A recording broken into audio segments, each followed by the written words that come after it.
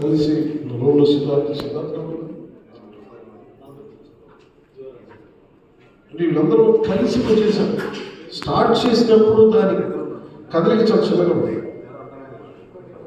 అందుకని మీరు చేసేటప్పుడు పాలసీ పరంగానే ఎదగాలని కోరుకోండి. చాలా ఆర్గానిక్ అంటే సహజంగా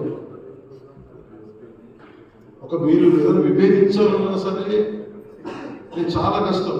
ఆంధ్ర చాలా టఫ్ పాలిటిక్స్.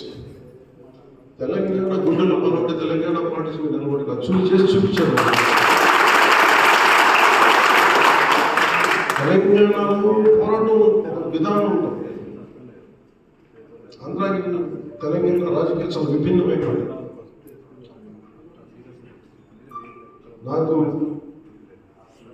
తెలంగాణ న్యాయం ఇచ్చిన శక్తి మామూలు శక్తి కదా, పోరాట శక్తి ఇచ్చింది. ఎన్ని ఒడిదుడుకులు తట్టుకున్నా, ఓడిపోయినా, నిలబడ్డ ఒకటే స్ఫూర్తి. తెలంగాణ అమరవీరులు ప్రజాకాలంలో దాష్టికులు నలిగిపోయాడు, జీవితాలు కోల్పోయాయి, కుటుంబాలు కోల్పోయాయి, వాళ్ళు ధైర్యం చూపించారు. 47లో స్వాతంత్రం వస్తే 48 దాకా తెలంగాణ వెయిట్ చేసింది. సంవత్సర కాలం చీకట్లు అంత నిలబడింది తెలంగాణ. అంత పోరాట గడ్డది. అలాంటి పోరాట గడ్డ తరఫున జనసేన పార్టీ తరఫు మీ అందరూ పోటీ చేసి దాంట్లో 53 మంది మీరు గెలిచినందుకు పోటీ చేసిన మీ అందరికీ కూడా ప్రత్యేకంగా నా ధన్యవాదాలు, అభినందనలు తెలియజేసుకున్నాను. భవిష్యత్తు మీరు ఈరోజు మొదలు పెట్టించాలి పెద్ద కరెక్ట్గా దశాబ్దాల సమయం తీసుకొని దేనికైనా సార్. దశాబ్దం మీరు అమ్మ నిలబెట్టారు కదా. మీ పేరు మణికంఠ.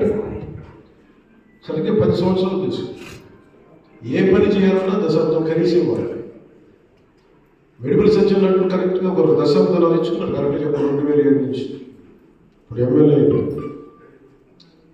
ఎదుగుదల ఉంటుంది. కానీ మీరు సమయం ఇచ్చారంటే మీకు చాలా అద్భుతం. నేను తెలంగాణ కోరుకుంటుంది బలమైన యువనాయకత్వం కావాలి. సో యువనాయకత్వం మీ స్థాయిలో మీ పరిధి, మీ మానసిక పరిధి, మీ పోరాట సత్తా,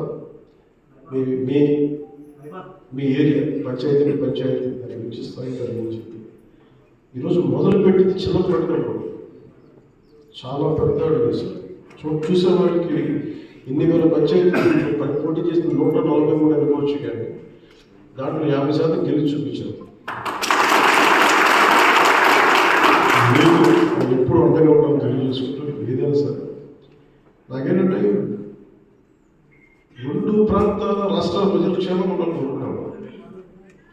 అందుకని మనస్ఫూర్తిగా పరస్పర తెలుగు ప్రజల ఐక్యత, రాష్ట్రాల సహకారం కోసం కలిసి పెట్టాలని మనస్ఫూర్తిగా అందరికీ సెలవు తీసుకున్నారు. జై తెలంగాణ, జై హింద్.